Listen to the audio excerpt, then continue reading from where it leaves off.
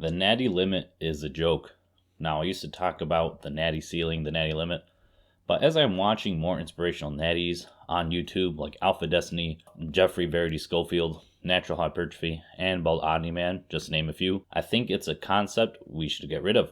Muscle growth does slow, strength gain slow, but if you can always put just a little bit more muscle, a little bit more effort, and you get a little bit more gains, is there really a limit? It's more just when we die, when we can't train anymore. That's the real limit. Hey y'all, it's your boy John Atala, and recently I have been really inspired to take my physique to the next level. Now, I really did have the belief that I was very close to my Natty Limit earlier this year, but I kind of think it's time we put away this term, because very few people ever actually train till they reach their Natty Limit, if there really is a true Natty Limit. Now, I used to think a while ago I was close to this limit. I hit my 315 bench, blew past a 405 squat with a 450 squat. I deadlifted 500. I mean, my physique was on point. I was close to 190 with a fluffy pack. So really, what else was there to do?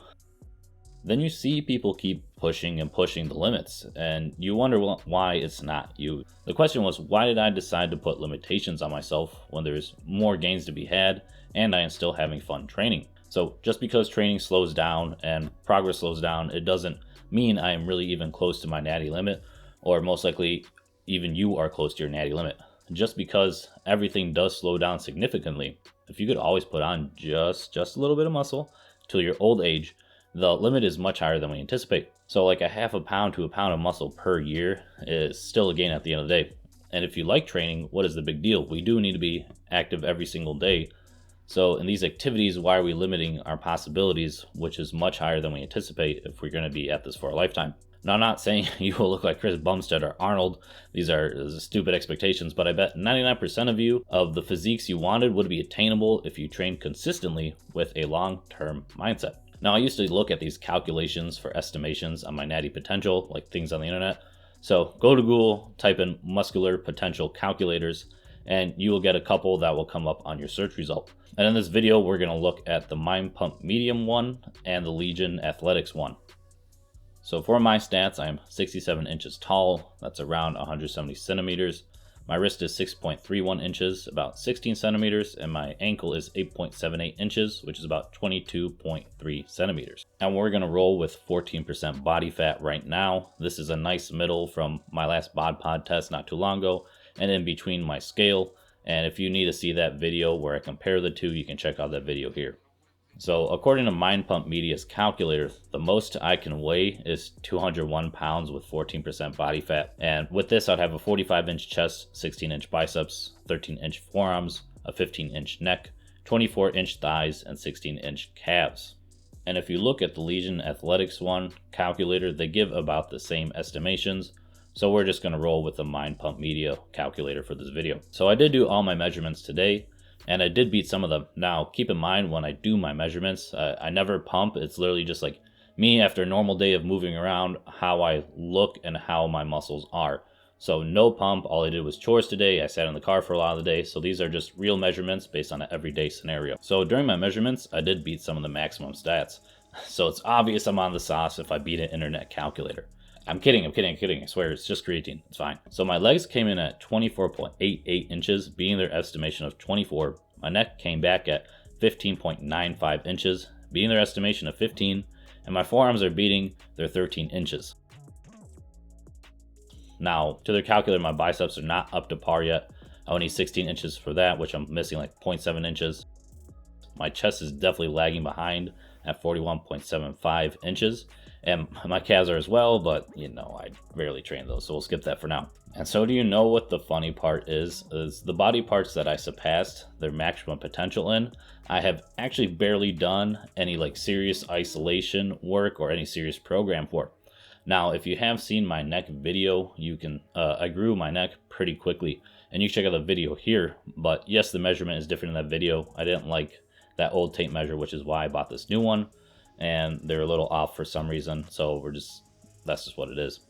But in that video, I only did 1 month of neck training, and I've surpassed my maximum. Most of my leg work also has only really been from like squats, Romanians, leg extensions, and that's really it. Did I really meet my natty maximum potential with just minimal leg work and just squats? You know, if I trained, let's say like a hack squat, lunges more, or even a leg press, I bet you I could blow up my quads even bigger.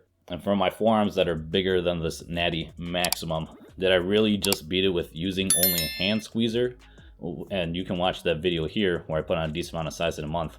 And I didn't use any other direct forearm training. So how could I reach all these maximums with like minimal training and this cap for the Natty maximum? So what it actually really sounds like is these maximums are a bunch of BS. I'm at the point in my lifting career where I've had really good progress, but I've never really tried to maximize a body part for maximum growth in a sense. I really haven't done that till recently, and I haven't hit peak development on any of my body parts, let alone the ones that aren't up to the Natty maximum, like the calves, chest, and arms. So how much muscle could I have if I really worked on each body part to its maximum? I would assume I'd be way over 200 pounds at an even lower body fat percentage than I am now with years of training from here.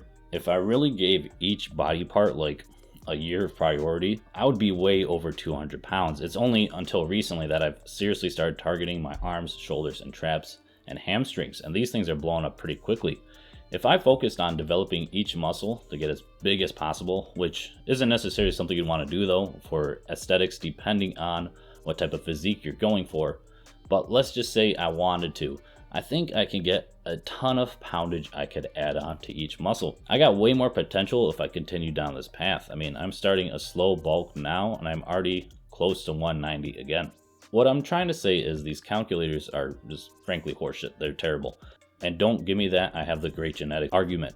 I mean, mine are good for sure, maybe slightly above average, let's say even, but it's not bodybuilding pro status. And I can already break some of these Natty maximums, some of these limits, with 5 years of absolute garbage training in the beginning of my weightlifting journey, 2 years of decent training, then in these past 2 years of really going at it. So let's say I've had 4 to 5 years of real training and I already hit my limit on some of my body parts. My mind says that's BS. Now, as I'm still making progress on what I'm putting my mind and body towards. So earlier this year, I was a Natty Limit proponent, but now as I see if this is a thing you really want, if you really want maximum muscle growth, I think if there is even a limit, it would be much higher than we could ever expect. I mean, we really are seeing incredible things in the lifting world now with a bunch of Natty YouTubers popping up. People in the Natty space are really pushing the limits of what we used to think was impossible for a Natty physique and even normal strength standards. So I don't think our problem was actually the Natty Limit, but it was more just our patience. Our patience lacked more than anything to get these results. Most people don't want to play this game for over a decade, but there are always things to learn, and you always have to be active till you die if you want a healthy life. So we might as well just see how much we can gain for a lifelong pursuit if this is something you really want. I think many of us can break these Natty maximums that we see online, or Natty limits, if we fall in love with training that much. Now, if you don't really know where to start, please check out my ebook in the description. It's free, it's just a Google Drive link right now. Please download it and help yourself out. And if you do want to push your limits, check out how I got 15-inch arms so far, and I'm on my journey to 16-inch arms right now. Peace.